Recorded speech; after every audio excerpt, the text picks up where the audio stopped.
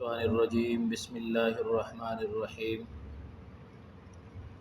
یا ایہا الذین آمنوا اے ایمان والو اوفوا بالعقود عہدوں کو پورا کرو احلت لکم بہیمۃ الانعام حلال ہوئے تمہارے لیے چوپائے مویشی الا ما یتلی علیکم سوائے ان کے جو تم کو آگے سنائے جائیں گے غیر محل الصید مگر حلال نہ جانو شکار کو وانتم حرم دران حال کہ تم احرام میں ہو ان اللہ یحکم ما یرید اللہ تعالی حکم کرتا ہے جو چاہے۔ یہ سورہ مائدہ کی پہلی آیت ہے۔ سورہ مائدہ قرآن مجید کی 5ویں سورت ہے۔ مائدہ عربی میں دسترخوان کو کہا جاتا ہے، چونکہ اس میں حضرت عیسیٰ علیہ السلام کے ایک معجزے کا ذکر ہے کہ آپ نے اپنی قوم کے لیے اللہ تعالیٰ سے درخواست کی تھی کہ آسمان سے ان کے لیے ایک دسترخوان اتاریں۔ اس کا ذکر چونکہ اس سورت میں آیا ہے، اس لیے جناب اس کو سورہ مائدہ کہا جاتا ہے۔ یہاں اللہ رب العزت نے ایمان والوں کو مخاطب فرما کر کچھ احکامات دیے ہیں۔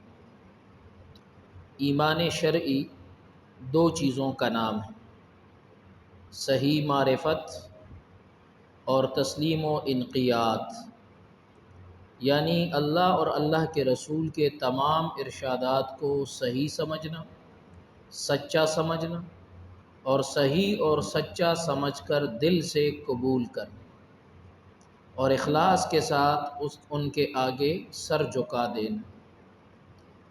یہ جو اخلاص کے ساتھ اللہ کے تمام احکام کے سامنے سر جھکا دینا ہے، یہ دراصل ایمان کا وہ جز ہے کہ گویا ہم اللہ تعالیٰ کے تمام قوانین اور تمام احکام اور تمام حقوق کو ادا کرنے کا ایک مضبوط عہد اللہ سے کر رہے ہیں، اور اللہ کے سامنے گویا ہم اقرار کر رہے ہیں کہ ہم آپ کے سارے قوانین اور سارے احکام کو مانیں گے، آپ کے تمام حقوق کو پورا کریں گے۔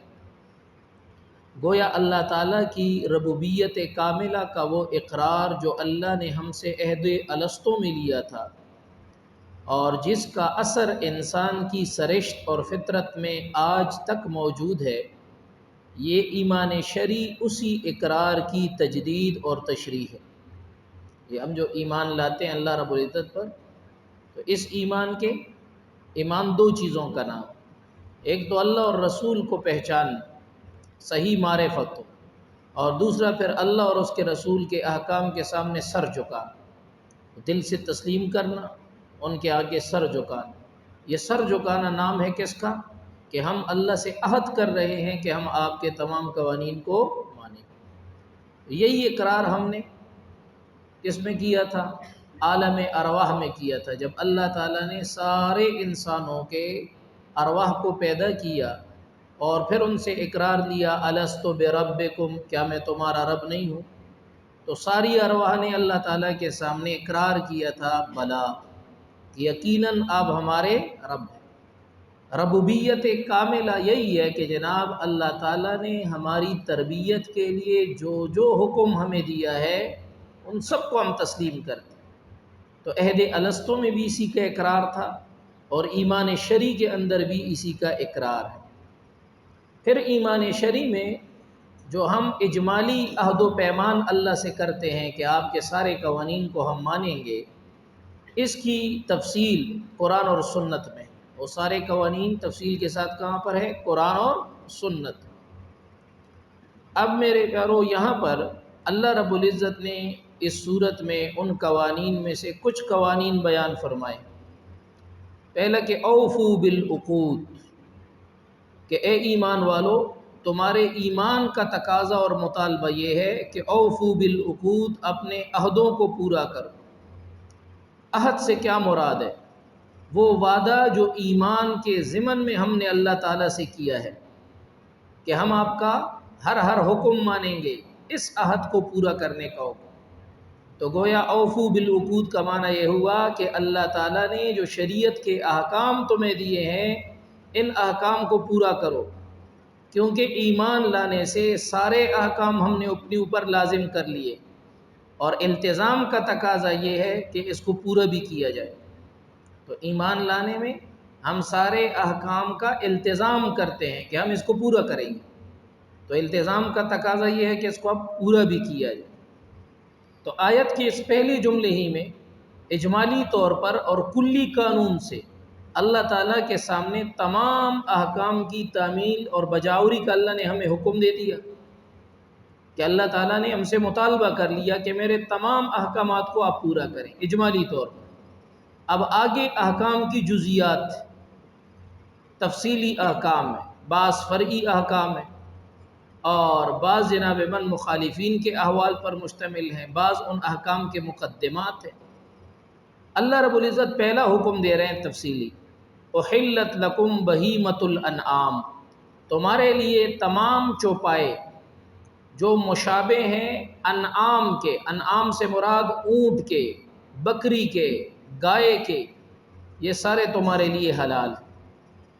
ان کی حلت اس آیت سے قبل سورہ انعام میں بھی معلوم ہو چکی ہے، یعنی ان تین جانوروں اونٹ، بکری، گائے، ان کے مشابہ جتنے چوپائے ہیں، جتنے 4 پاؤں پر چلنے والے جانور ہیں، چوپائے 4 پاؤں پر چلنے والے، یا ان کو چرندے بھی کہتے ہیں، چرنے والے جانور، پرندے جو پروں سے اڑتے ہیں، اور درندے جو شکار کرتے ہیں، ٹھیک ہے، جو حرام ہیں، چرندے جو گھاس وغیرہ چرتے ہیں، اور خزندے جو زمین پر رینگتے ہیں، کیڑے مکوڑے جن کو ہم کہتے ہیں۔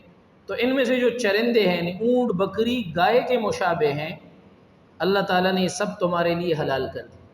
ان میں ہرن بھی آ گیا، ان میں نیل گائے جسے حمار وحشی کہا جاتا ہے عربی میں، اردو میں نیل گائے کہتے ہیں، گلگت وغیرہ کے پہاڑوں میں ہوتی ہے، یہ بھی آپ کے لیے حلال ہو گئی۔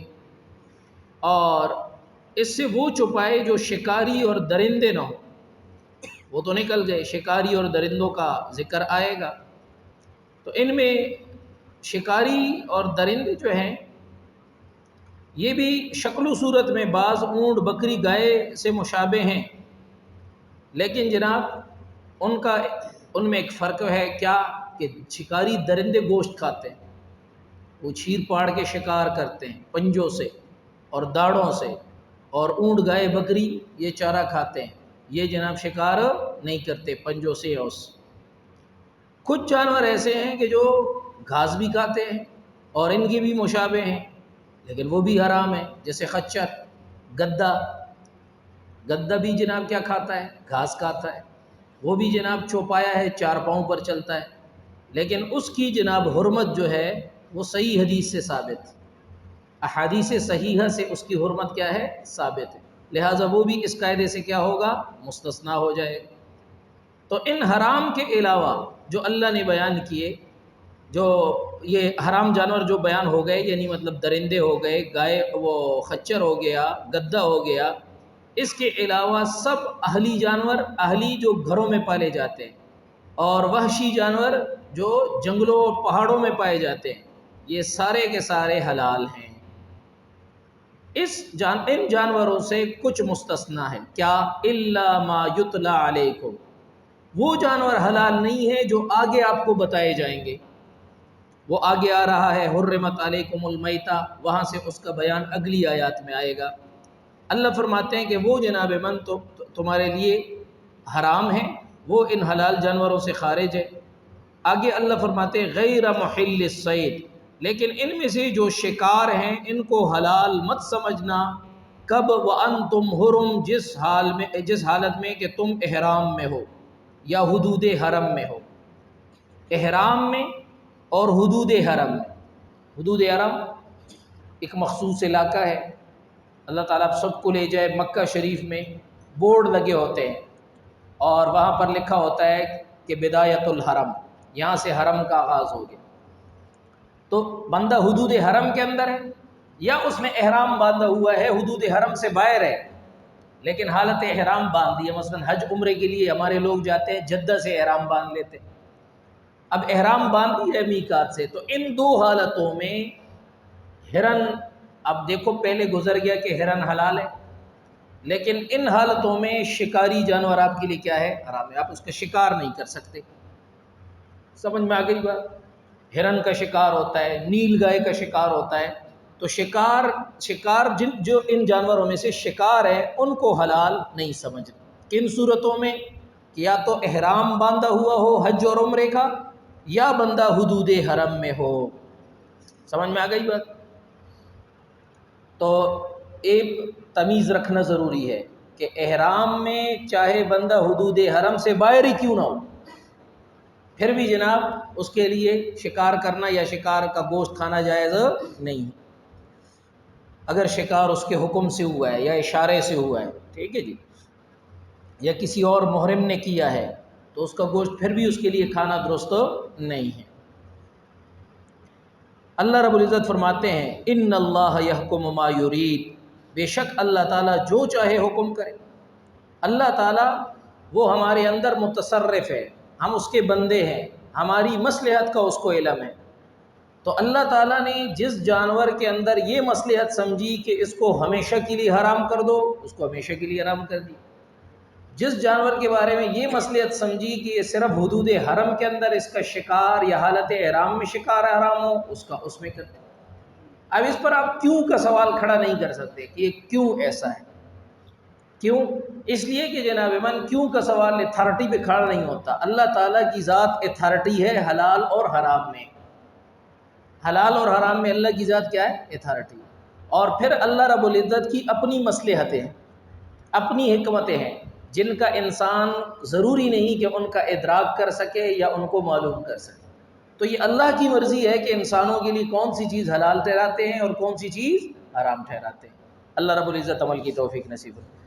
سبحانک اللہم و بحمدک، اشہد ان لا الہ الا انت، استغفرک و اتوب الیک۔ صلی اللہ تعالی علی خیر خلقہ محمد و آلہ و صحبہ اجمعین برحمتک یا ارحم الراحمین۔